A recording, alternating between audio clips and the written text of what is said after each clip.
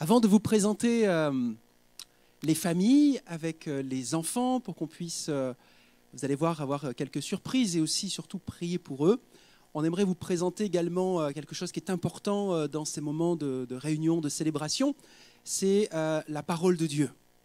C'est de vous présenter l'Évangile, qui nous semble être quelque chose de tellement important aujourd'hui et surtout dans ce lieu.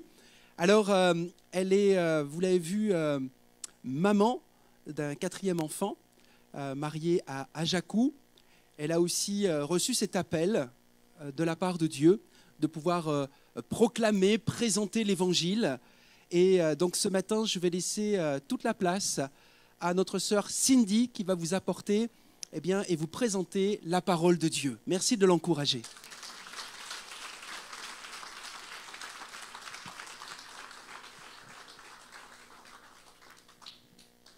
Bonjour à tous.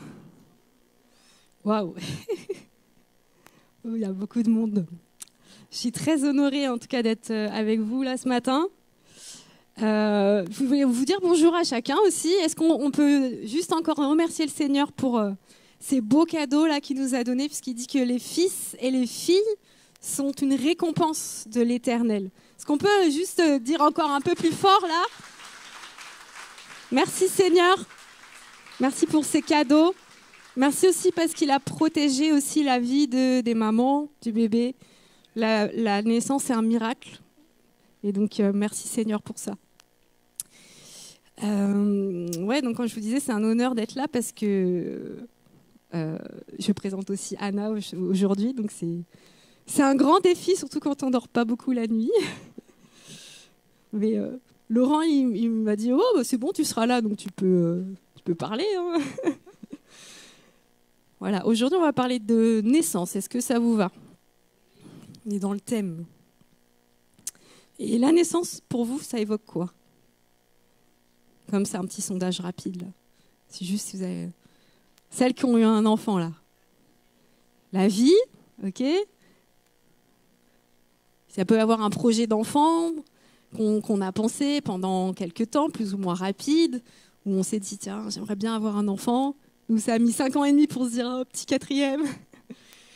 Voilà, après, c'est la grossesse. Ça va être la découverte de la grossesse, l'annonce au papa, plein d'émotions, un petit bouleversement. Ça peut être aussi le suivi de la grossesse, avec parfois un petit peu de stress, les examens, les échographies, voilà, le contact avec les sages-femmes, les médecins. Et puis, ça va être à la fin le temps d'attente, plus ou moins long. Pour certains, je me souviens de... Je vois Marie-Jo qui me regarde là. C'était long. Voilà, donc ça peut être ça. Il y a d'autres choses s'il y a d'autres choses qui vous viennent, hein, vous me dites. Et puis, après, il y a le jour J, qui nous tombe dessus. Normalement, bon, maintenant, avec les techniques médicales, on essaye de tout programmer, mais on ne peut pas programmer l'accouchement. On ne peut pas savoir à quelle heure, on ne peut pas savoir le jour. Il faut être prêt. Et puis, il y a les contractions, plus ou moins douloureuses, plus ou moins sereines. Et puis, on va devoir laisser passer le bébé, on va devoir s'ouvrir, on va devoir faire confiance. Et puis, c'est un moment intense. Et puis après, on rencontre ce bébé, on peut le voir, on peut le toucher. Je vois des yeux de maman qui s'illuminent là partout, là. Après, c'est la joie, comme dit Jésus au début, c'est la femme qui accouche, elle peut être dans la peine parce que son heure est venue, il dit. Mais quand enfin le bébé est né, eh ben, c'est la joie. Ouais. Donc la naissance, c'est toujours un bouleversement pour tout le monde. Et aujourd'hui, on va voir un autre type de naissance qui est tout aussi extraordinaire. Et on va ouvrir la Bible. On va ouvrir la Bible dans l'évangile de Jean, au chapitre 3, versets 1 à 21. Et je vais lire pour vous dans la version Bible du Semeur. Donc, il y avait un homme qui s'appelait Nicodème, membre du parti des pharisiens. C'était un chef des Juifs. Il vint trouver Jésus de nuit et le salua en ces termes. « Maître, nous savons que c'est Dieu qui t'a envoyé pour nous enseigner car personne ne saurait accomplir les signes miraculeux que tu fais si Dieu n'était pas avec lui. » Jésus lui répondit, « Vraiment, je te l'assure, à moins de renaître d'en haut, personne ne peut voir le royaume de Dieu. » « Comment un homme peut-il naître une fois vieux ?» s'exclama Nicodème. « Il ne peut tout de même pas retourner dans le ventre de sa mère pour renaître. »« Vraiment, je te l'assure, reprit Jésus, à moins de naître d'eau, c'est-à-dire d'esprit, personne ne peut entrer dans le royaume de Dieu. Ce qui naît d'une naissance naturelle, c'est la vie humaine naturelle. Ce qui naît de l'esprit est animé par l'esprit. Ne sois donc pas surpris si je t'ai dit « il vous faut renaître d'en haut ». Le vent souffle où il veut, tu en entends le bruit, mais tu ne sais ni d'où il vient ni où il va. Il en est ainsi pour quiconque est né de l'esprit. Nicodème reprit. Comment cela peut-il se réaliser ? Toi qui enseignes le peuple d'Israël, tu ignores cela ? Lui répondit Jésus. Vraiment, je te l'assure. Nous parlons de ce que nous connaissons réellement et nous témoignons de ce que nous avons vu. Et pourtant, vous ne prenez pas notre témoignage au sérieux. Si vous ne croyez pas quand je vous parle des réalités terrestres, comment pourrez-vous croire quand je vous parlerai des réalités célestes ? Car personne n'est monté au ciel, sauf celui qui en est descendu, le Fils de l'homme. Dans le désert, Moïse a élevé sur un poteau le serpent de bronze. De la même manière, le Fils de l'homme doit lui aussi être élevé pour que tous ceux qui placent leur confiance en lui aient la vie éternelle. Oui, Dieu a tant aimé le monde qu'il a donné son Fils, son unique, pour que tous ceux qui placent leur confiance en lui échappent à la perdition et qu'ils aient la vie éternelle. En effet, Dieu n'a pas envoyé son Fils dans le monde pour condamner le monde, mais pour que celui-ci soit sauvé par lui. Celui qui met sa confiance en lui n'est pas condamné, mais celui qui n'a pas foi en lui est déjà condamné, car il n'a pas mis sa confiance en la personne du Fils unique de Dieu. Et voici en quoi consiste sa condamnation, c'est que la lumière est venue dans le monde, mais les hommes lui ont préféré les ténèbres, parce que leurs actes sont mauvais. En effet, celui qui fait le mal déteste la lumière. Il se garde bien de venir à la lumière, de peur que ses actes soient révélés. Mais celui qui a une conduite conforme à la vérité vient à la lumière pour qu'on voit clairement qu'il accomplit ses actes dans la communion avec Dieu.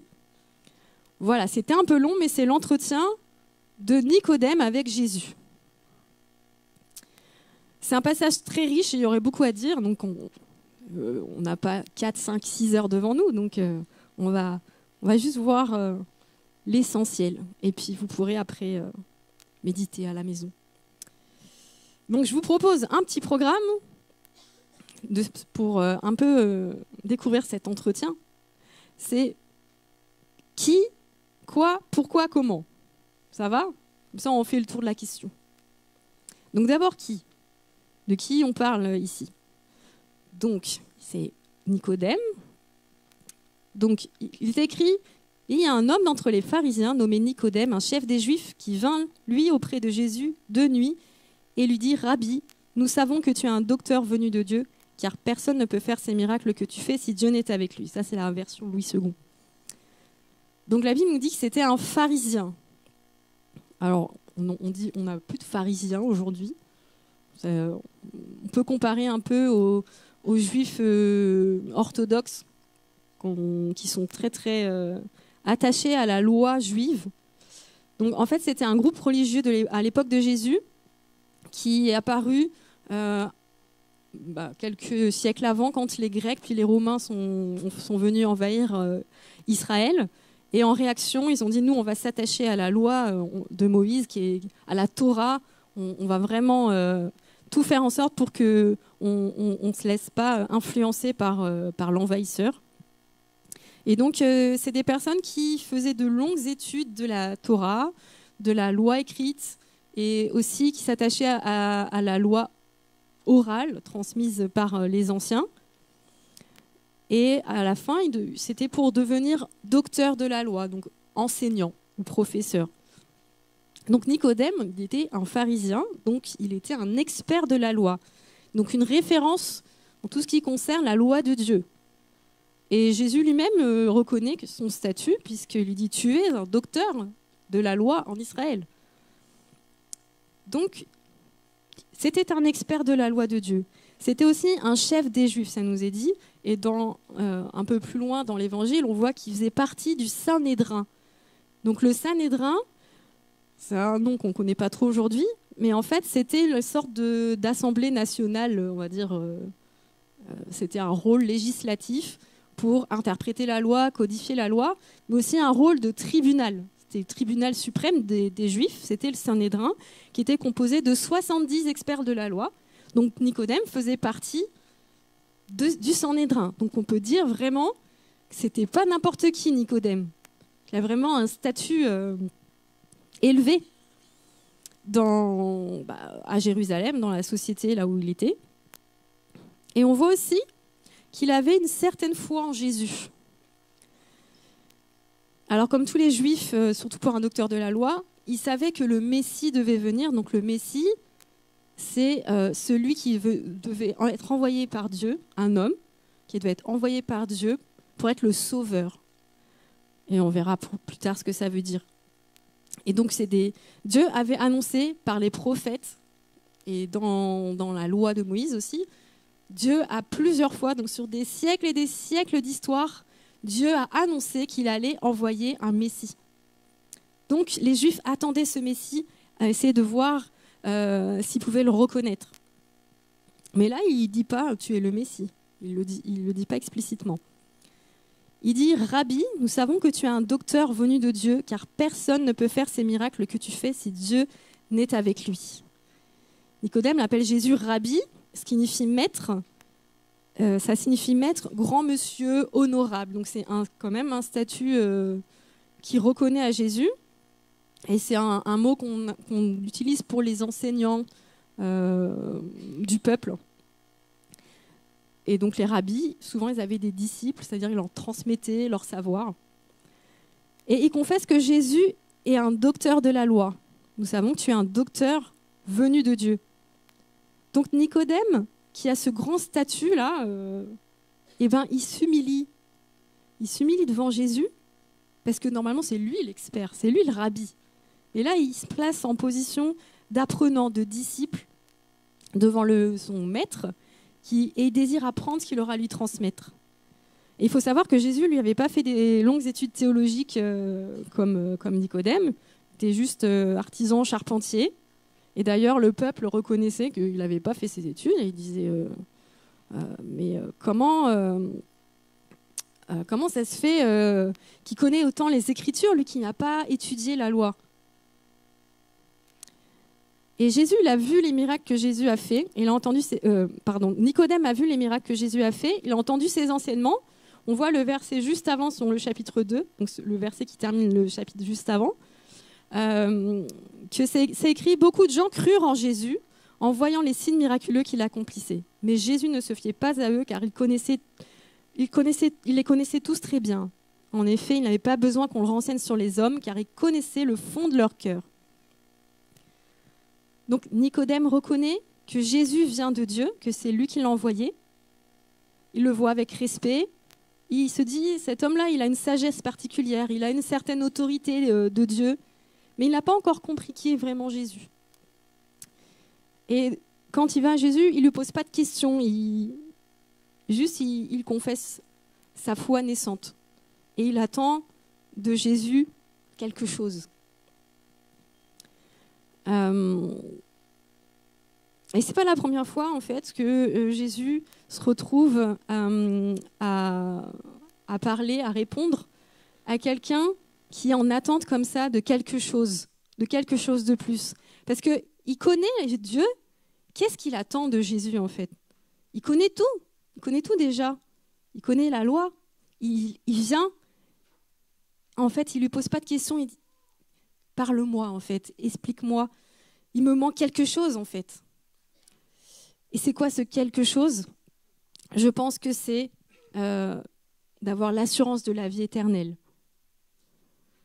Et on le voit dans d'autres rencontres que, par exemple, il y avait un homme qui était venu, devant tout le monde, il a couru, il s'est mis à genoux devant Jésus, et il lui a dit « Maître, qu'est-ce que je dois faire pour avoir la vie éternelle ?» Et Jésus lui dit « Laisse tous tes biens et suis-moi. » Non, il lui dit d'abord « Tu connais les commandements, tu ne commettras pas d'adultère, tu ne tueras pas, tu ne voleras pas, tu ne diras pas de faux témoignages, tu ne frapperas personne, honore ton père et ta mère. » Et lui dit, oui, j'ai déjà observé tout ça depuis ma jeunesse. Bon, déjà, faut du cran pour dire ça, parce que moi, je ne sais pas si j'oserais dire ça devant Jésus. Depuis que je suis née, j'ai obéi à tous les commandements. Et il lui dit, qu'est-ce qu'il me manque encore pour avoir la vie éternelle? Est-ce qu'il me manque quelque chose? Et Jésus lui dit, vends tes biens et suis-moi. Et là, ce n'était pas du tout la réponse qu'il attendait. Et il était triste parce que lui, il n'avait pas envie de quitter sa vie, en fait, et de suivre Jésus. Et il y a une autre rencontre comme ça où on a quelqu'un qui paraît qui était pieux, qui priait continuellement, nous dit la Bible, qui faisait des aumônes aux pauvres. Et cet homme, c'était un païen. Il s'appelait Corneille. Alors là, on se trouve, Jésus est déjà mort, ressuscité, monté au ciel. Et c'est dans les Actes des Apôtres, on voit la vie des premiers disciples une fois que Jésus est ressuscité et comment le Saint-Esprit agit au milieu d'eux. Et donc là, il y a Corneille, il nous dit, lui c'est un homme pieux. Et en fait, Dieu le voit et puis il va lui parler et lui dit, j'ai entendu tes prières, j'ai vu tes aumônes, je sais qu'il te manque quelque chose. Je vais t'envoyer quelqu'un qui va t'expliquer ce que c'est, ce qui te manque. Ce qui te manque pour avoir l'assurance de la vie éternelle. Donc, là, finalement, c'est que des hommes pieux qu'on a, des hommes qui sont vus dans la société comme des bonnes personnes, qui ont des valeurs. Peut-être aujourd'hui, nous, on est toi, moi, voilà, on peut se dire... moi, j'ai des valeurs. Je cherche à être bon. Je cherche à être quelqu'un de bien. Je connais les choses de Dieu. Je lis la Bible ou je lis des choses sur la spiritualité ou comment être bienveillant, etc. Je cherche à être bon. Mais je sens qu'il me manque quelque chose. Comme Nicodème. Je viens, là, j'ai une attente. Et Jésus, Dieu te voit. Il voit cette attente. Je sais qu'il te manque quelque chose. Je vais répondre à ça. Et ce qui te manque, c'est la vie éternelle. Jésus, il ne tourne pas autour du pot. Justement, comment Jésus l'accueille, Nicodème? Parce qu'il vient de nuit. Il aurait pu dire quoi? Tu viens me voir de nuit? Tu as peur de venir me voir devant tout le monde? Non. Jésus, il le reçoit. Il ne lui fait pas de reproches. Et sachez vous aussi que si ce quelque chose-là, cette recherche, elle est encore secrète dans votre cœur, qu'il n'y a personne qui le sait, Jésus le voit et Jésus vous accueille. Il ne dit pas « Oh là là, toi, t'es un lâche, quoi. Tu dis pas tu crois en moi. » Non, Jésus, il sait, il voit au fond du cœur, nous dit la parole de Dieu. Et donc, Jésus ne rentre pas dans autre chose de considération que la vie éternelle. Et il va directement lui dire, si tu ne nais pas de nouveau, tu ne peux pas rentrer dans le royaume de Dieu.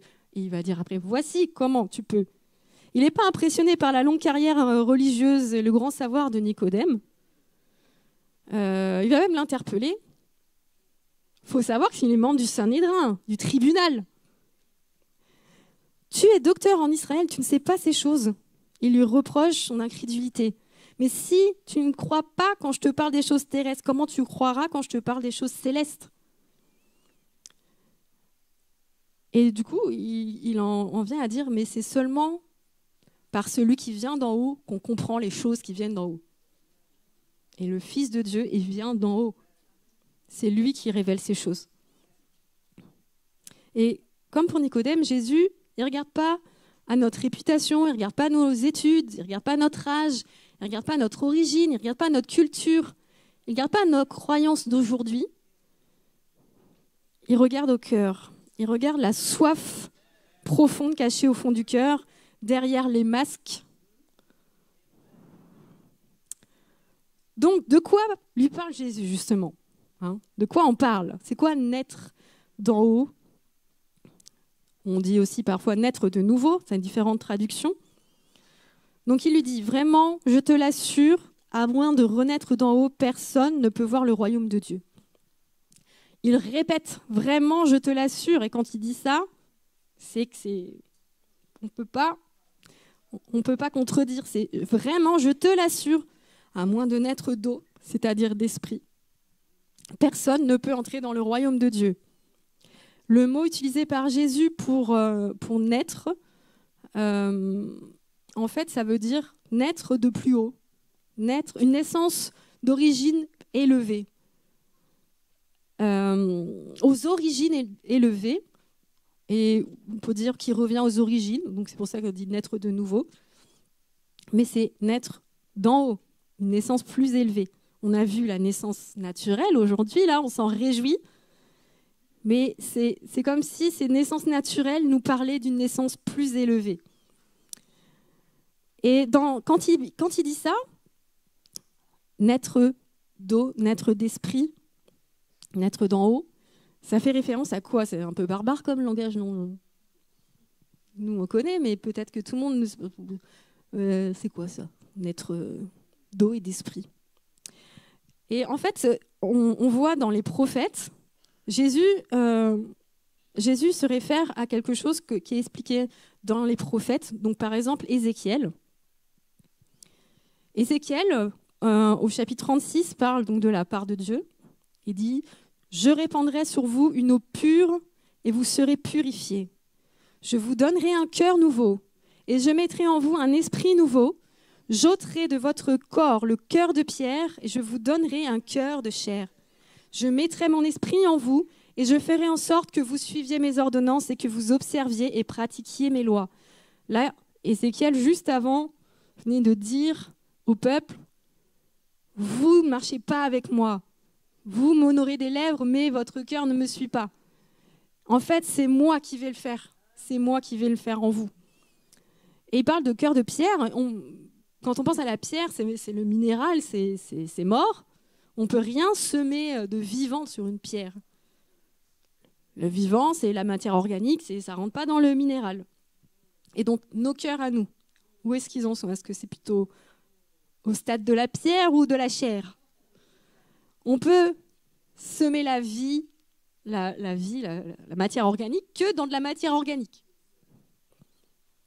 Donc, c'est pour ça qu'il parle de cœur de chair, un cœur vivant. Un cœur de pierre, c'est comme je suis insensible au cœur de Dieu. Je suis insensible à son esprit, à sa pensée, à sa sensibilité, à ses valeurs. J'arrive pas à les recevoir. J'arrive pas à les comprendre même, ni à les saisir. C'est aussi une relation qui est coupée, qui est morte avec Dieu. Il n'y a plus de relation. Et justement, à l'inverse, le cœur de chair, c'est que ça y est, on peut de nouveau être sensible à ce que Dieu dit, comprendre sa volonté, comprendre ce qui lui plaît, ce qui lui déplaît, et être en relation avec lui, être connecté à lui. Et souvent, on parle de cette naissance d'eau. On fait référence au baptême. C'est vrai que le baptême, c'est aussi une symbolique de cette naissance d'eau. Quand on plonge dans l'eau, on fait référence à la mort de Jésus. C'est comme si on meurt avec Jésus, et quand on sort de l'eau, on est ressuscité avec Jésus. Et on est prêt à recevoir le Saint-Esprit. C'est un symbole. Mais là, je voulais vraiment mettre votre attention sur l'esprit est comparé à une eau pure. Et donc, c'est une naissance d'eau. Et aussi, il parle de naissance de l'esprit. Et donc, juste le chapitre d'après, Ézéchiel, il a une vision. Il a une vision, Dieu lui montre en fait une grande vallée avec plein d'ossements humains desséchés. Bon, c'est un peu gore, je suis désolée. C'est pas super réjouissant. Mais voilà, il leur dit, regarde, qu'est-ce que tu vois? Je vois plein d'ossements desséchés. Et il lui dit, est-ce que ces eaux peuvent revivre? Normalement non, mais il lui dit, toi, tu le sais, Seigneur. Et en fait, Dieu lui répond, toi, prophétise, parle aux eaux, et dit à l'esprit, viens, souffle sur ces eaux, et qu'ils revivent. Donc là, l'esprit, c'est comparé à un souffle de vie. Et Dieu dit, voici, le peuple dit, nos eaux sont desséchées, notre espérance est détruite, nous sommes perdus. Donc peut-être que quelqu'un ici, comme plusieurs l'ont expérimenté, il y a comme cette sensation que je suis perdu, je suis comme mort à l'intérieur. Je sais qu'il y a quelque chose de plus, mais mon espérance est perdue. Et Dieu continue en disant, ainsi parle le Seigneur l'Éternel, je mettrai mon esprit en vous et vous vivrez. Je ne vous lis pas tout le passage parce que c'est long. Donc, il parle d'une espérance perdue. Et là, ce que Jésus veut parler, c'est retrouver l'espérance de la vie éternelle. Et dans le prophète Jérémie aussi, la nouvelle naissance, c'est aussi Dieu qui écrit dans le cœur sa loi. Je mettrai ma loi au-dedans d'eux, je l'écrirai dans leur cœur, car je pardonnerai leurs péchés. C'est plus sur des tablettes de pierre comme Moïse où Dieu a gravé ses lois. Là, c'est sur notre cœur directement. Voilà ce que c'est naître d'en haut. Du coup, au lieu de parler de nouvelle naissance, parce que souvent on associe la naissance au moment de l'accouchement, je me permets plutôt de vous proposer une nouvelle conception, une nouvelle création, une nouvelle gestation. C'est un processus en fait.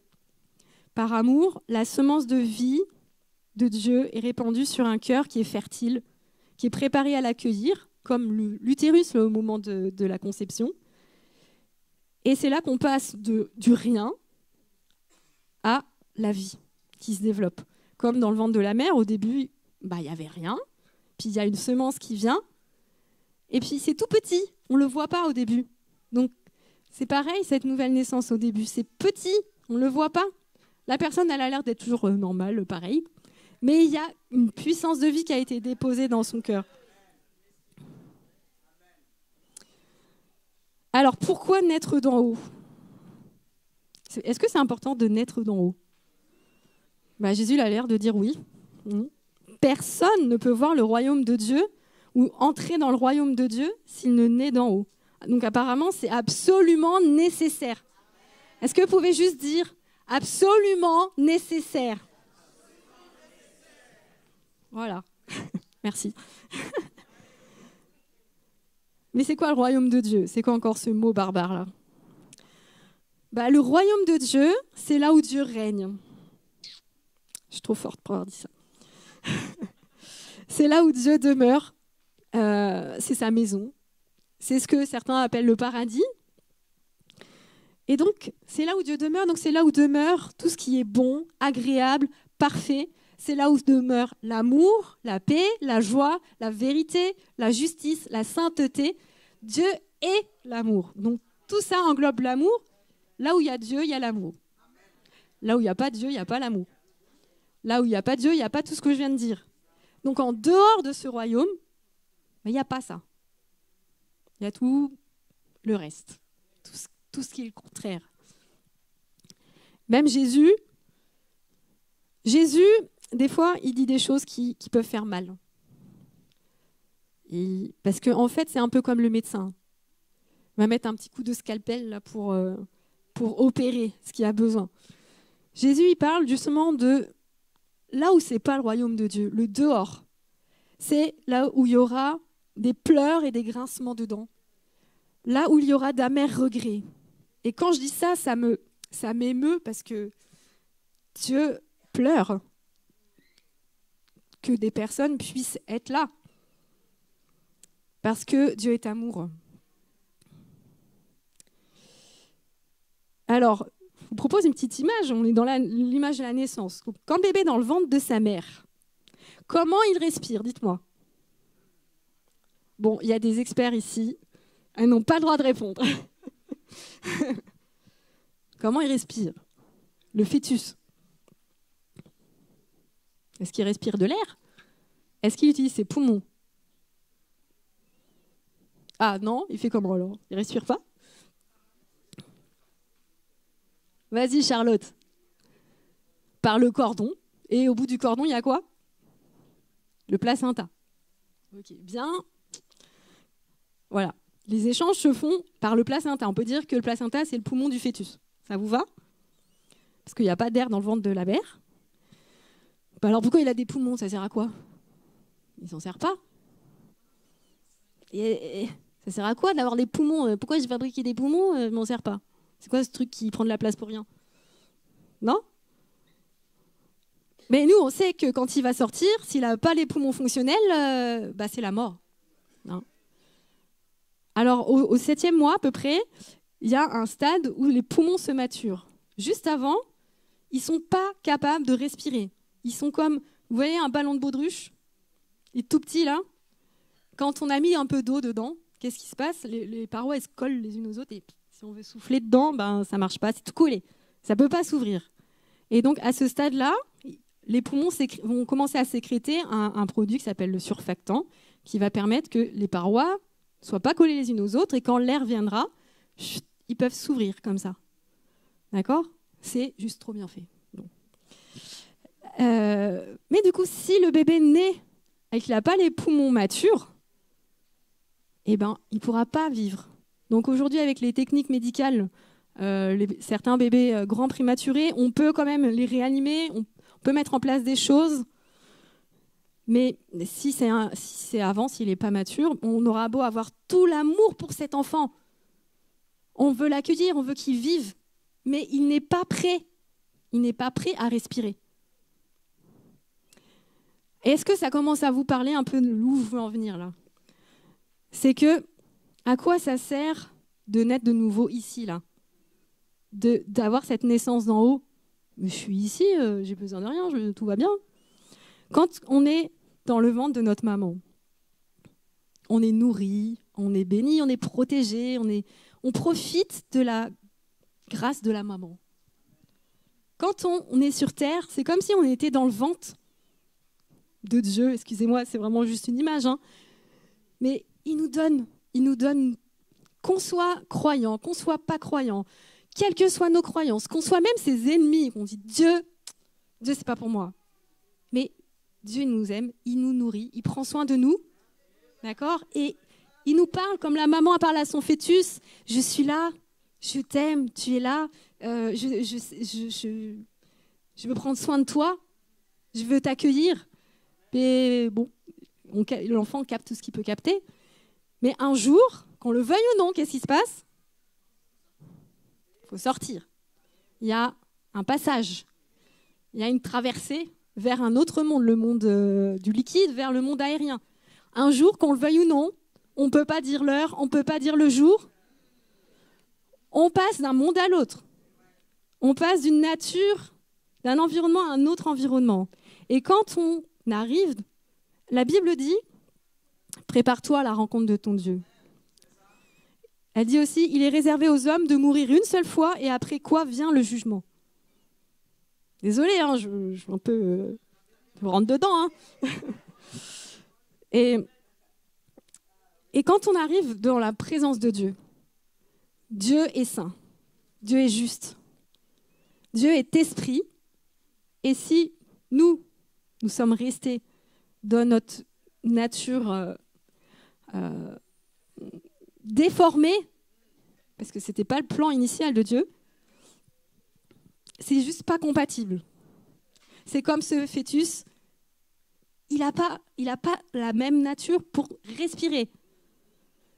Et ce qui est marrant, c'est que le mot esprit veut dire aussi vent, souffle, respiration. Donc l'esprit, c'est la respiration du ciel. Donc il faut nous préparer. Est-ce que vous savez que Dieu a tout fait, tout donné pour qu'on soit équipé pour ce jour-là? Dieu dit dans Ézéchiel toujours, ce que je désire, est-ce que c'est que le méchant meure, dit le Seigneur? N'est-ce pas qu'il change de conduite et qu'il vive? Donc, comment naître de nouveau? Nicodème, il lui dit, mais comment cela peut-il se faire? Il a du mal à comprendre. Est-ce que je dois retourner dans le ventre de ma mère? Là, je suis vieux, maintenant c'est trop tard, elle est peut-être morte déjà. Oui, c'est bien gentil, mais comment on fait? Et bien Jésus, il y va. Il lui dit, Jean, chapitre 3, verset 16, « Car Dieu a tant aimé le monde qu'il a donné son Fils unique, afin que quiconque croit en lui ne périsse pas, mais qu'il ait la vie éternelle. Dieu, en effet, n'a pas envoyé son Fils dans le monde pour qu'il le juge le monde, mais pour que le monde soit sauvé par lui. » Donc c'est par Jésus, et Jésus seul, qu'on peut naître de nouveau. Il dit, c'est parce que Dieu a donné son Fils. Donc, Jésus, Dieu l'a envoyé. Il est né comme un homme. Il a été un bébé aussi, il a grandi. Et il savait à un moment donné qu'il allait donner sa vie à la croix. Alors, il n'est pas venu comme ça, salut, prenez ma vie. Non. C'est quelqu'un des gens ne supportaient pas son message et qui ont tout fait pour qu'il puisse être crucifié sur une croix. Et Jésus n'a pas ouvert la bouche. Jésus ne s'est pas défendu parce qu'il savait, lui, qui est Dieu fait homme, qu'il fallait qu'il donne sa vie. Lui qui n'a pas connu le péché, il donnait sa vie pour le pardon des péchés. Et du coup, pour mieux comprendre ça, parce qu'aujourd'hui, c'est compliqué de comprendre cette notion de sacrifice, de donner sa vie pour quelqu'un, pour le pardon des péchés. Qu'est-ce que ça veut dire ? Dieu, alors c'est magnifique parce que dans l'Ancien Testament, dans les prophètes, dans les Écritures, Dieu a parlé de Jésus avec une précision. Et donc au moins, je crois, 400 ans, oui, Ésaïe, ça doit être ça. Plus encore, oh là là, j'ai pas bien étudié mes dates. 600 ans avant Jésus-Christ, il est écrit, Ésaïe 53, donc vous connaissez ce passage, hein, en parlant du Messie. Nous l'avons dédaigné, nous n'avons fait de lui aucun cas. Cependant, ce sont nos souffrances qu'il a portées, c'est de nos douleurs qu'il s'est chargé. Nous l'avons considéré comme puni, frappé de Dieu et humilié. Mais il était blessé pour nos péchés, brisé pour nos iniquités.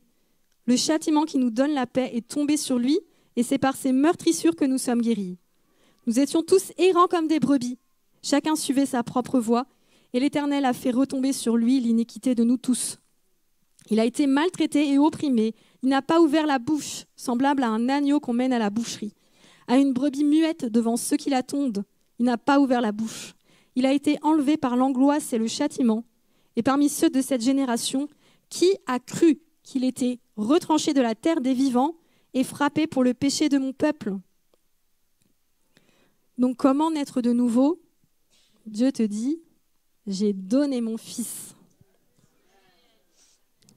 Et c'est marrant parce que Céline, elle a introduit le chant par ce verset qui parle de la parole de Dieu qui a été faite chair. La parole de Dieu, la Bible nous dit que c'est Jésus. Il était même avant de tout temps auprès de Dieu et il est venu, Dieu s'est fait chair et il est écrit, mais à tous ceux qui ont reçu donc cette parole faite chair, Jésus, à ceux qui croient en son nom, elle a donné le pouvoir de devenir enfants de Dieu, lesquels sont nés non du sang, ni de la volonté de la chair, ni de la volonté de l'homme, mais de Dieu. Donc c'est de Dieu. C'est pas... Alors aujourd'hui c'est à la mode, la renaissance, renaître, alors par toutes sortes de techniques psychologiques, ou voilà, il y a des méthodes d'hypnose aussi, où on peut comme retrouver un peu les souvenirs de sa naissance dans le but de pouvoir guérir des traumatismes de la naissance. Et pourquoi pas ? Ça peut faire du bien peut-être, mais ce n'est pas de la naissance terrestre dont on parle ici. Il y a des choses qui sont naturelles, qu'on peut régler naturellement, mais là, Dieu parle d'une naissance spirituelle que seul Dieu peut faire. C'est pas par tout un processus initiatique, comme certaines sectes font des fois, où tu vas passer des degrés, et au fur et à mesure, tu vas réussir à atteindre ce niveau-là.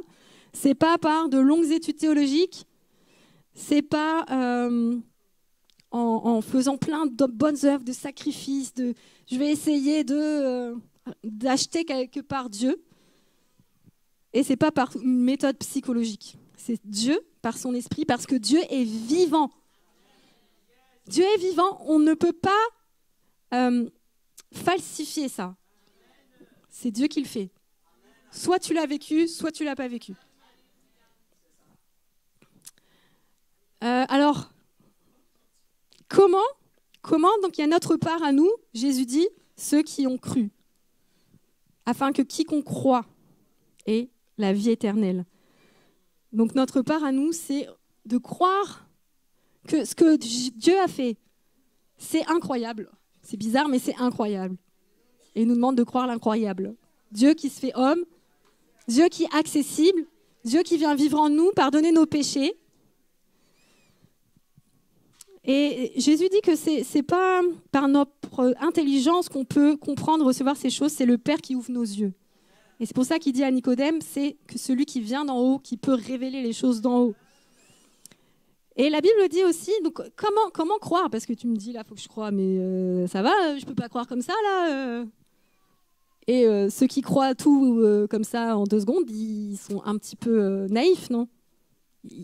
Vous avez raison si vous vous dites, attends, explique-moi, dis-moi comment je peux croire en Jésus. C'est de la prudence, c'est normal. Et Dieu, il est d'accord avec ça.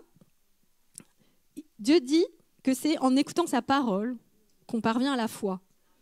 Donc juste, ça veut dire écouter sa parole. Sa parole, c'est écrit dans la Bible. Et donc si Jésus est vraiment le Fils de Dieu, ses paroles sont de Dieu. Ce sont les paroles de Dieu. Et elles sont comme Dieu, des paroles qui créent, des paroles esprit et vie, des paroles qui agissent. Donc si tu t'exposes aux paroles de Jésus, s'il est vraiment vrai, si ce qu'il dit c'est vrai, ta vie, elle change. Il y a des choses qui se passent. C'est comme, écoutez, la parole de Jésus, c'est comme s'exposer au soleil. Quand là, on se pose au soleil pendant les vacances, on sent les rayons du soleil, on sent sa chaleur, ça nous fait du bien. Bon, si on est trop au soleil, après on crame, mais avec Jésus, ça va. Et puis, cette chaleur-là, elle va faire germer les semences qui ont été semées. Et donc, quand tu t'exposes aux paroles de Jésus, bah, tu vas éclore, tu vas germer vers des choses qui vont prendre place. Et ça, c'est le témoignage déjà des premiers disciples de Jésus, à tel point qu'ils ont fait des trucs de fou. C'est-à-dire qu'ils ont vu Jésus crucifié et l'ont vu ressusciter. Et ils ont, pas seulement 1, 2, 3, plusieurs, beaucoup. Et c'est tellement une conviction qu'ils ont reçue que quand ils ont été persécutés, parce que l'Empire romain et les pharisiens aussi de l'époque, ils supportaient toujours pas Jésus. Donc ses disciples non plus. Va pas me dire que Jésus c'est le Fils de Dieu. Non, tu veux pas t'arrêter de parler? Bon, bah alors... Et ben voilà, c'était radical. Ils étaient tués, ils étaient torturés pour ça. Et ils ont continué, même à ce moment-là, de dire « Mais nous avons vu, nous savons que Jésus est vivant. » Et même encore aujourd'hui, dans certains pays, décider de croire en Jésus, de suivre Jésus, c'est choisir la mort, c'est choisir la torture. Ici, on est bien en France, hein, on a la liberté de conscience. Mais par exemple, en Afghanistan, en Érythrée, en Corée du Nord, au Yémen, quand on découvre que tu crois en Jésus, quand on découvre même juste que tu as une Bible chez toi, eh ben, tu sais que voilà, c'est la mort, c'est la torture pour toi, pour ta famille. Et s'ils n'avaient pas expérimenté que ce Jésus est vivant, pourquoi choisir de mourir? Pourquoi, même sous la torture, persévérer dans la foi? C'est qu'il y a Jésus est vivant. Jésus a agi dans leur cœur. Et quand tu sais ce que tu as vécu, ben, on ne peut pas te l'enlever. Pour ma part, moi c'est... alors, je suis née dans une famille où on parlait de Jésus. Hein, mon grand-père était pasteur. Donc, j'ai été à l'église depuis toute petite. Mais ce n'est pas ça qui fait qu'on a la foi. Mais je voyais, en particulier ma grand-mère, elle avait rencontré Jésus. Et ça se voyait. Et dès toute petite, elle me gardait souvent. Il y avait ce quelque chose là. Elle a quelque chose. Toute petite, je me suis dit, je voudrais avoir ce quelque chose. Donc je traînais toujours avec ma grand-mère. Et puis dès que j'ai pu, je lui ai dit, mamie, tu veux bien m'offrir un Nouveau Testament? Elle m'a dit, Mais quoi, t'es trop petite, tu vas rien comprendre. Si, moi je veux lire un Nouveau Testament. Bon. Et du coup, j'ai commencé à lire et je comprenais pas tout. Loin de là, je comprenais pas tout. Mais juste d'entendre Jésus parler, ça a créé quelque chose en moi. Et ça a nourri une petite foi, toute petite, puis petit à petit, qui a grandi. Et au fur et à mesure de ma vie, j'ai pu expérimenter que la Bible dit, c'est vrai. Quelques-uns de mes... Alors, ils sont pas là, ils devaient venir, mais malheureusement, il y en a qui sont tombés malades, là. Mais il y en a qui savent, hein, qui me connaissent depuis plus de 10 ans, qui savent que voilà, il y a eu des moments où j'étais dans l'urgence, j'aurais pu vivre un truc catastrophique. J'ai crié à Jésus et j'ai été épargnée de ce qui aurait pu se passer. Et voilà, je ne peux pas vous dire tout parce que voilà, je préfère vous venez chez moi, on va en discuter. Parce que Dieu, il agit tellement, même dans la vie de tous les jours, dans des grandes choses, dans les petites choses.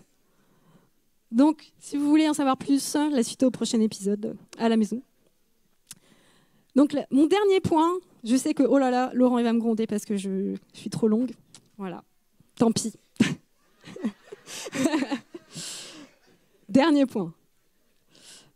Qu'est-ce que c'est la motivation de Dieu là-dedans? Est-ce que c'est de vous condamner? Est-ce que c'est de vous dire tu vas aller en enfer? Non. C'est ça que Dieu veut? Non. Dieu nous aime tellement. Il nous aime tellement. Il nous aime tellement. Mais vraiment, ça, Dieu nous aime tellement. Il ne veut pas nous perdre.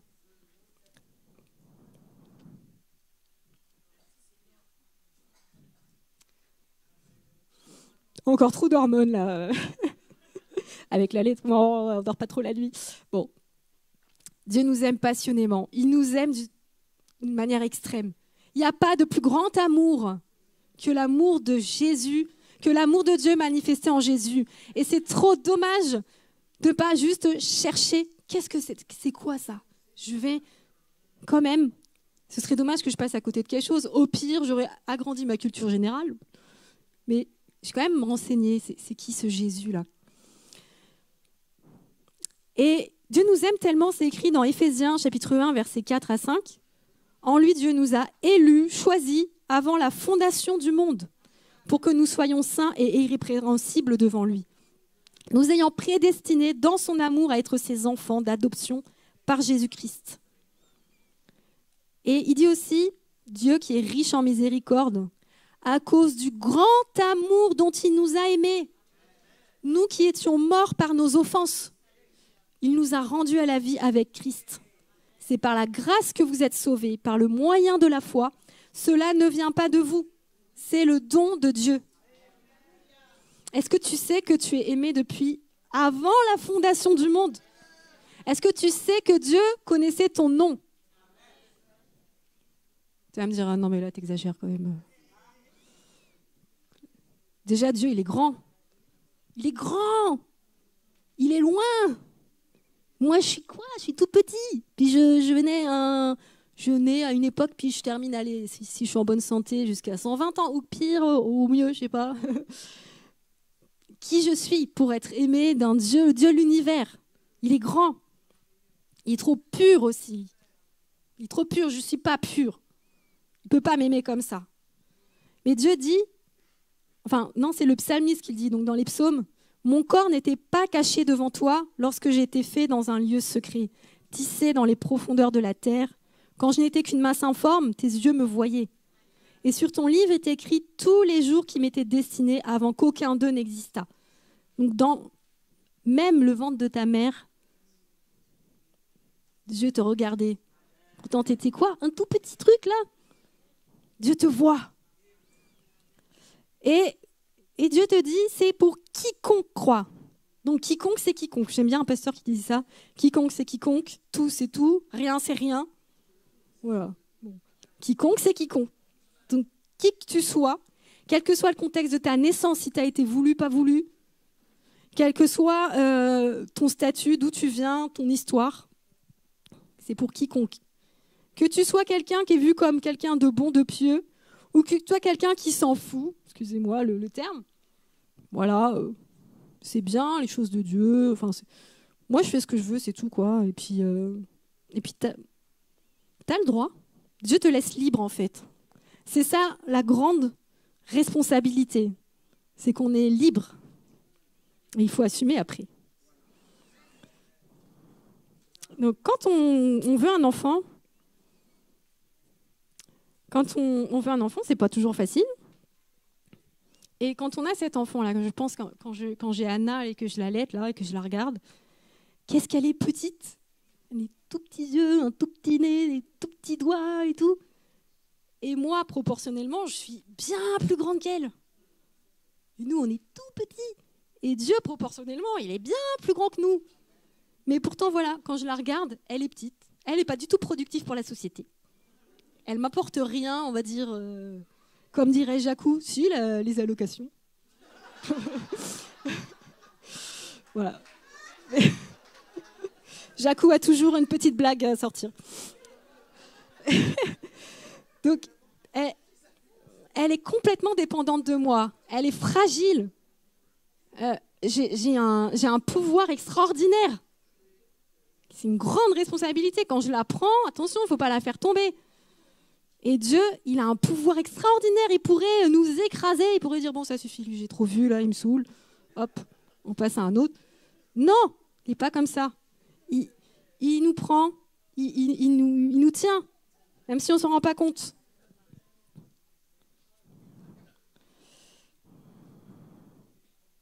Bon, on va conclure parce que je suis surveillée. Alors, on va aller à la conclusion. Je vais là vous lire une petite histoire.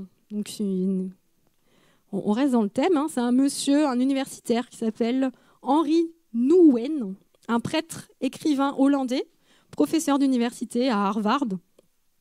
Et il a fait cette petite allégorie. Donc, imaginez, écoutez. Dans le ventre d'une mère, il y a 2 bébés. Le premier bébé demande à l'autre « Crois-tu à la vie après l'accouchement ?» Le deuxième bébé répond « Bien sûr, il doit y avoir quelque chose après l'accouchement. Peut-être que nous sommes ici pour nous préparer à ce que nous serons plus tard. » « N'importe quoi, répondit le premier. Il n'y a pas de vie après l'accouchement. Quelle serait cette vie d'ailleurs ? Je ne sais pas. Mais il y aurait plus de lumière qu'ici, peut-être. Peut-être que nous marcherons avec nos jambes et marcherons avec notre bouche. Et mangerons avec notre bouche, pardon. Le bébé qui doute se met à rire. C'est absurde. Marcher est impossible. Et manger avec la bouche, c'est ridicule. Le cordon ombilical, il fournit toute la nourriture. La vie après l'accouchement, c'est inenvisageable. En plus, le cordon ombilical, il est trop court. Le deuxième bébé tient bon. Je pense quand même qu'il y a quelque chose, et peut-être que c'est différent de ce qu'il y a ici. Le premier bébé répond « Personne n'est jamais revenu de la vie, n'est jamais revenu de là-bas. L'accouchement, c'est la fin de la vie. Et après l'accouchement, il n'y a que des ténèbres et de l'anxiété. Cela ne nous mène nulle part. » Eh bien, je ne sais pas, dit le jumeau. Mais nous verrons certainement maman et elle prendra soin de nous. Maman ? Le premier bébé s'esclave. Tu crois en maman ? Mais elle est où maintenant, maman ? Le deuxième bébé essaye calmement et patiemment de s'expliquer. Elle est tout autour de nous. C'est en elle que nous vivons. Sans elle, ce monde n'existerait pas.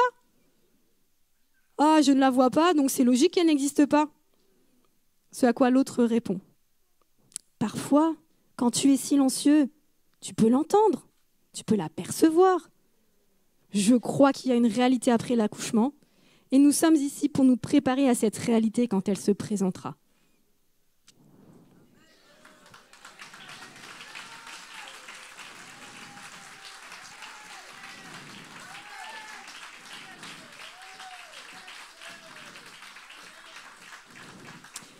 Merci Henri Nouwen. Et nous, est-ce que nous sommes prêts ? À ceux qui pensent, moi Dieu m'a jamais montré qu'il m'aime. Dieu te dit, j'ai donné mon fils pour toi. Je me suis humiliée moi, je suis venue parmi vous et j'ai donné ma vie pour que tu puisses être lavé de tous tes péchés, pour que tu puisses naître de nouveau et que je puisse te donner mon esprit, te préparer pour cette rencontre avec moi. Parce que comme quand un enfant naît, je veux te prendre dans les bras quand tu sors. Je veux t'accueillir, je veux dire « Ah, mon fils, enfin, t'es là !» Moi, quand Anna, elle est née, j'étais là, je l'ai serrée, j'ai dit « Ma chérie, ma chérie, ma chérie !» Voilà, bref.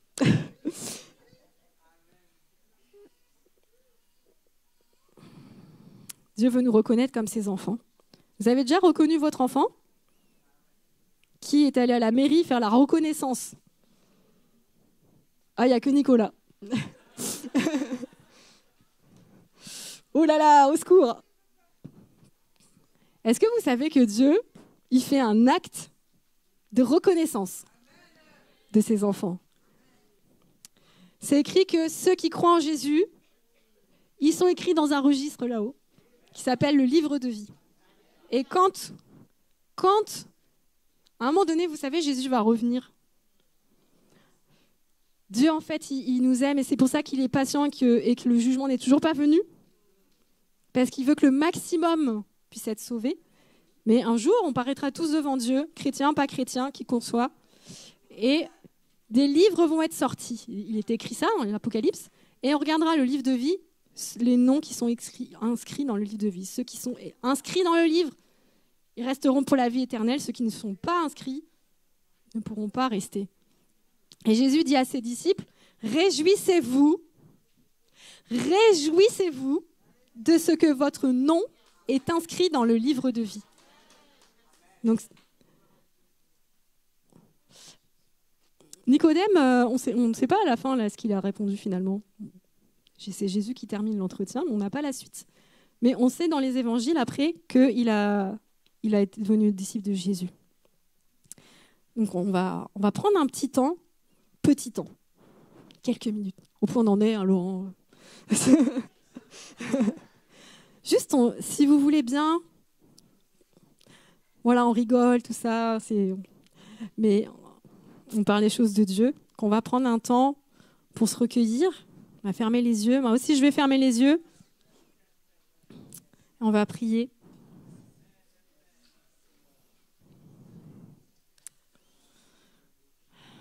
Seigneur, merci pour cette journée, pour ce privilège de pouvoir écouter ce que tu as à nous dire. Merci pour chaque personne qui est là, que tu connais par son nom, que tu aimes depuis avant la fondation du monde. Tu prends soin de lui, de elle, alors qu'elle peut-être elle ne s'en rend pas compte. Et je te prie, Seigneur, pour que nous puissions avoir cette perception, ces yeux qui s'ouvrent pour comprendre, pour recevoir ta parole, Seigneur. Et si ce matin, voilà, tu t'es reconnu, moi je ne sais pas, hein, Dieu il sait. Si tu t'es reconnu dans ce que Jésus te dit, eh ben, peut-être tu peux faire cette prière toute simple. On a les yeux fermés, mais si tu veux, tu peux faire cette prière. Seigneur Dieu, c'est extraordinaire que tu puisses dire que tu m'aimes comme ça. Et je reconnais que j'ai quelque chose qui manque, que j'ai cette soif, que je ne sais pas trop ce que c'est, mais il y a comme un vide, il y a comme quelque chose qui a besoin d'être comblé. Et ce quelque chose, c'est toi. Et je veux t'ouvrir à la porte de ma vie.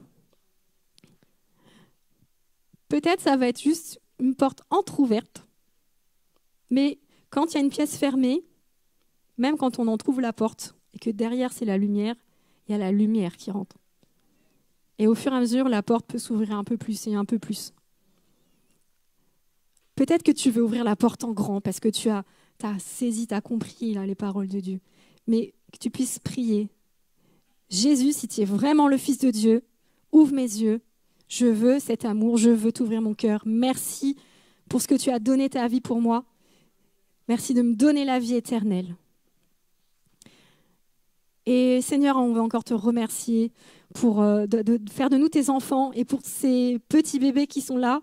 Tu les bénis encore, Seigneur. Amen.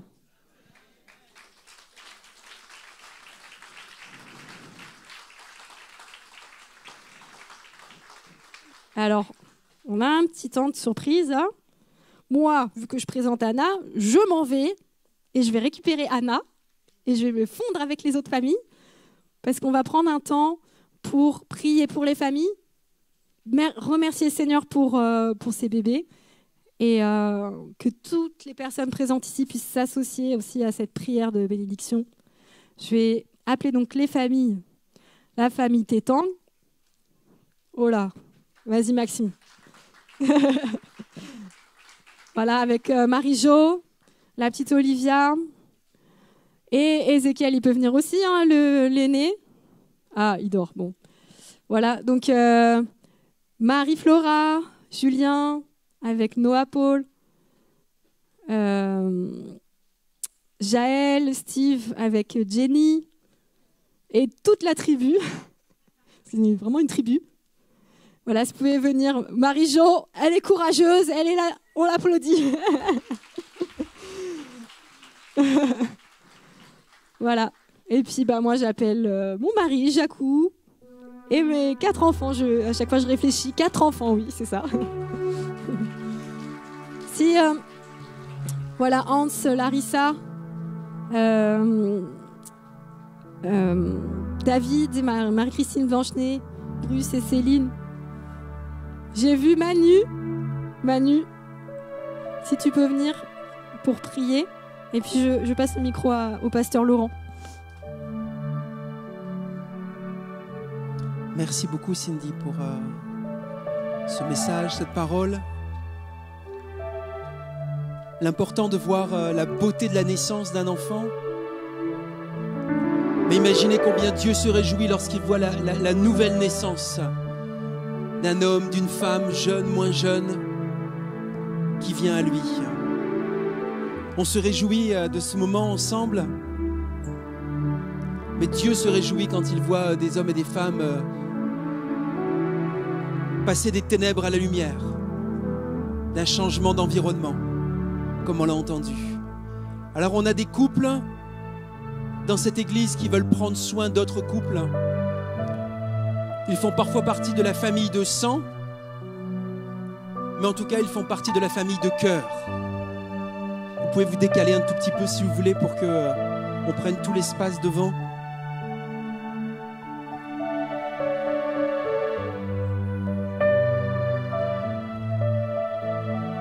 Donc Hans et Larissa vont prier pour Jacou et Cindy et Anna. David et Marie-Christine vont prier pour Maxime et Marie-Jo et Olivia.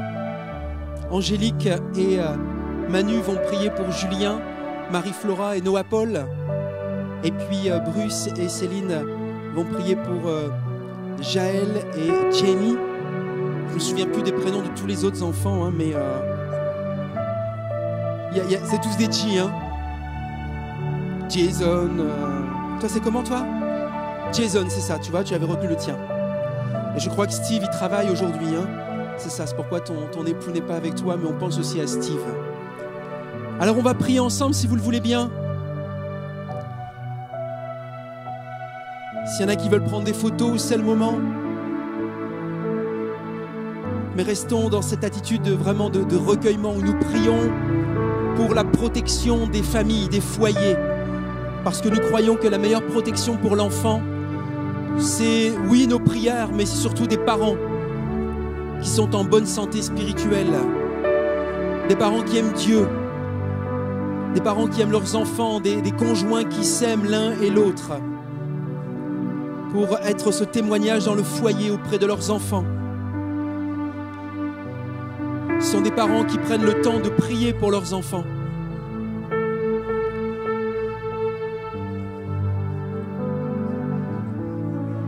De les aimer comme Dieu nous aime, d'une manière inconditionnelle. Alléluia. Merci Église Émie de prier pour ces familles, ces foyers. Une église en bonne santé spirituelle. C'est une église qui a des familles en bonne santé spirituelle, des couples en bonne santé. C'est pourquoi nous voulons prendre ce temps de prière ensemble.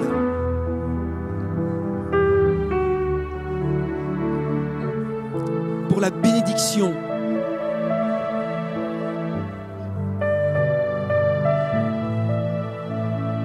La bénédiction de Dieu.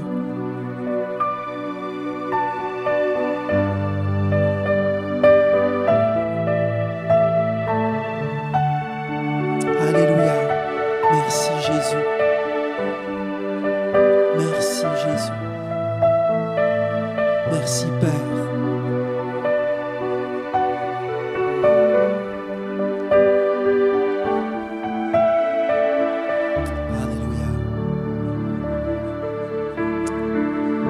Louange à toi, Seigneur. Pour ces familles, pour ces foyers, ces frères et ces sœurs dans la foi, ces nouveau-nés qui sont venus enrichir les foyers. Pour les premiers qui sont arrivés, 2e, 4e, 6e. Merci. Alléluia.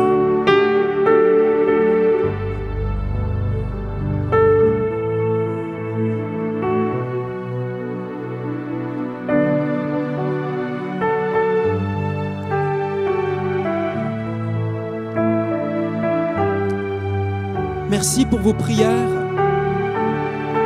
Église Émie, merci pour les couples qui veulent aussi prendre soin, accompagner d'autres couples dans cette église. Où ce n'est pas l'histoire ou l'affaire que d'un pasteur, mais de toute une famille qui prend soin de sa famille. Nous avons aussi quelques surprises, quelques cadeaux que nous voulons remettre à ces foyers bénis. Alors les surprises viennent du fond de la salle, pilotées par Marie-Claire. Généralement, il y a un cadeau pour la maman, pour le couple. Il y a des hommes qui aiment les fleurs aussi maintenant, hein. Donc c'est pour aussi bien la maman que le papa. Voilà, je vous laisse remettre le bouquet de fleurs au couple. Il y a aussi un autre cadeau. Tout est dans le sac. Où est le sac ? Ah, il est là. Alors, moi, j'aimerais savoir ce qu'il y a dans le sac, si tu veux bien. Parce que vous avez aussi envie de savoir. Donc, il y a un beau diplôme. Présentation, consécration, dimanche 27 novembre. Anna Ledili. Présentée à Dieu, à l'église de Mantes, avec un verset biblique et la signature et les partenaires. Et là, c'est Noël avant l'heure. Je ne sais pas ce que c'est, mais c'est un cadeau qui est offert de la part de Vivre la Famille. On a une association qui s'appelle Vivre la Famille. Je te le remets, Noémie, t'inquiète pas, je te le remets. Je te le remets. Et donc, tous les foyers ont ce cadeau également. Nous aimerions également, pour terminer, est-ce qu'il y avait autre chose après ? Les foyers qui sont là, Jaël, Julien, Marie-Flora, c'est émouvant, hein, Marie-Flora. Ça te donne envie pour un deuxième, troisième. Marie-Jo, Maxime, Jacou, Cindy et leurs enfants. Pour se quitter, ils vont prier pour vous. Ce n'est pas dans un sens, c'est réciproque. Nous aimons prier les uns pour les autres. Et Cindy qui a apporté cette parole sur son cœur, son désir, bien sûr notre désir, c'est qu'il y ait aussi des nouvelles naissances dans cette église. De bébés, certes, et nous en avons, il y en a qui sont déjà en prévision, je crois. Ils sont sur le point d'arriver. Donc en 2023, nous aurons encore ce type de rencontre. Mais nous voulons aussi et surtout voir et partager et nous réjouir de nouvelles naissances. D'hommes comme Nicodème qui auront accepté après échange, discussion, réflexion, prière, auront accepté Jésus dans leur vie, dans leur cœur. Alléluia. Alors on va se lever ensemble là à votre place. Et laissez-vous être bénis par la prière que vont élever ces couples qui sont devant vous, qui vont prier pour leurs amis, leurs invités, leurs familles, tous ceux qui sont venus. Ils les connaissent bien mieux que moi. Et nous allons prier ensemble et je vais élever ma voix également avec vous, avec eux, pour vous. Nous prions. Alléluia. Père, on te remercie pour la joie d'être réunis dans ce lieu, ce matin, à l'écoute de ta présence, de ta parole qui est la vérité, la bonne nouvelle de l'Évangile, qui fait encore aujourd'hui des miracles dans des cœurs, qui les transforme, comme nous l'avons entendu, de cœurs de pierre insensibles à Dieu, à des cœurs de chair. Merci Père, parce que tu as donné ce que tu avais de meilleur, ton Fils Jésus-Christ, qui a quitté les cieux pour venir sur la terre des hommes, nous montrer l'exemple, le témoignage, manifester l'amour du cœur du Père pour chacun d'entre nous. Alors merci pour ce cadeau de la vie. Merci pour ce qui aura été semé dans les cœurs. Nous prions, Seigneur, que c'est toi qui arrose et fait croître, Seigneur. Alors nous arrosons par nos prières encore ce midi et nous avons confiance que tu vas faire croître, Seigneur, ces semences de vie qui auront été déposées ce matin. Bénis ton peuple, bénis tes enfants, bénis, Seigneur, ceux et celles qui sont peut-être venus pour la première fois aujourd'hui, et que ton nom soit glorifié, que des anges se réjouissent dans les cieux comme nous nous réjouissons sur la terre, pour dire merci pour la vie, merci pour la naissance, merci pour la nouvelle naissance en Jésus-Christ. Et merci pour l'espérance qui est dans nos cœurs pour la vie éternelle. Au nom de Jésus, Amen. Amen.